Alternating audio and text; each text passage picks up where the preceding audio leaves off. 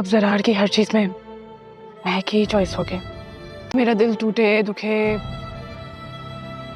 किसी को क्या फर्क पड़ता है। मैंने तुम्हारे लिए अपने माँ बाप तक को छोड़ दिया यार, अपने घर को छोड़ दिया। तुमने मेरे लिए क्या छोड़ा? ड्रामा ये हद में खुश आमदीद। कभी कभी दिल टूटने की आवाज़ सुनाई नहीं देती, मगर उसका दर्द सब कुछ बदल देता है।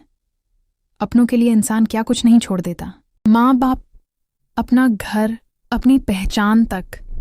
मगर आखिर में सवाल यही रह जाता है, क्या वाकई किसी को फ़र्क पड़ता है? फरियाल का दिल एक बार नहीं, बार बार टूटा है। इसकी आंखों की उदासी उसकी माँ के दिल को भी चीर कर रख देती है। अब उसे यकीन हो चला है कि ज़ुरार की दुनिया में सिर्फ महक ही बाकी रह गई है और उसकी अपनी जगह कहीं खो गई है। आमिना अपनी बेटी की हालत देखकर बेबस हो चुकी है।